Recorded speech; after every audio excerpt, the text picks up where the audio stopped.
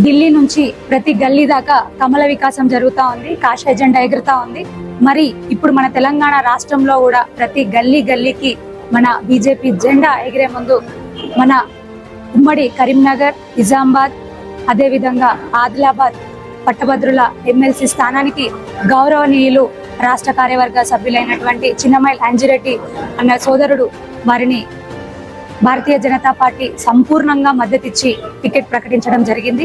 మరి అదే విధంగా ఎంతో సామాజిక స్పృహతోని ఎన్నో సంవత్సరాలుగా పార్టీకి సేవలు చేస్తూ ప్రజావేదన పొందినటువంటి నాయకులు కరోనా లాంటి కష్ట సమయాల్లో కూడా తనకంటూ ఎస్ఆర్ ట్రస్ట్ ని స్థాపించి 15 సంవత్సరాలు పూర్తి చేసుకున్న ప్రజల మధ్య ఉన్నా కూడా కరోనా లాంటి మహమ్మారి సమయంలో ప్రజలకి నేను అండగా ఉండాలి, సేవ చేయాలి అనేటటువంటి ఉద్దేశంతో నిత్యావసర సరుకులు కానివ్వండి, శానిటైజింగ్ కిట్స్ కానివ్వండి, అదే విధంగా ఆడపిల్లల పెళ్లిళ్ళు, పేద మధ్యతరగతి కుటుంబాలకు చెందినటువంటి ఆడపిల్లల పెళ్లిళ్ళకి కావాల్సినటువంటి సామాన్లను అందించడం కానివ్వండి, పేద మధ్యతరగతి కుటుంబాలకి అన్ని విధాలుగా అండగా నిలవడం కానివ్వండి, డ్రింకింగ్ వాటర్ సప్లై కానివ్వండి, ఇలా ప్రతి ఒక్క సామాజిక కార్యక్రమాన్ని ఎంతో మానవతా దృక్పథంతో ముందుకు తీసుకెళ్తున్నటువంటి నాయకులు మన చిన్నమైల్ అంజిరెడ్డి అన్న గారు. మరి ఈ రోజున ప్రజలందరినీ నేను ఒకటే కోరుతా ఉన్నాను, దయచేసి ఒక్కసారి ఆలోచించండి.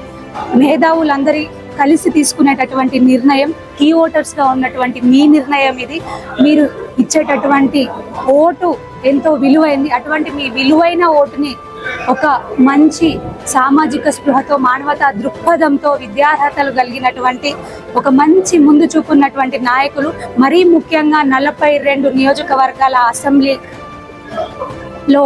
మన గొంతుక లేకున్నా, మన తరపున పోరాటం చేసేవాళ్ళు లేకున్నా, ఇప్పుడున్నటువంటి నాయకులు పట్టించుకోకున్న పరిస్థితులలో పట్టభద్రుల గొంతుకై నిలవాల్సినటువంటి గత నాయకులు పట్టభద్రులను పట్టించుకోని పరిస్థితులలో నేనున్నాను, మీ తరపున ప్రశ్నించే గొంతుకనే గర్జిస్తాను శాసన మండలిలోని ముందుకొస్తున్నటువంటి నాయకులు మన చిన్నమైల్ అంజిరెడ్డి అన్న గారు. వారికి మీ విలువైన మొదటి ప్రాధాన్యత ఓటు వేసి గెలిపించుకోవాల్సిందిగా అందరినీ కూడా ప్రార్థిస్తా ఉన్నాను. దయచేసి మేధావి వర్గం అంతా కూడా ఒక్కసారి ఆలోచన చేయాలి. భారత్ మాతాకి జై.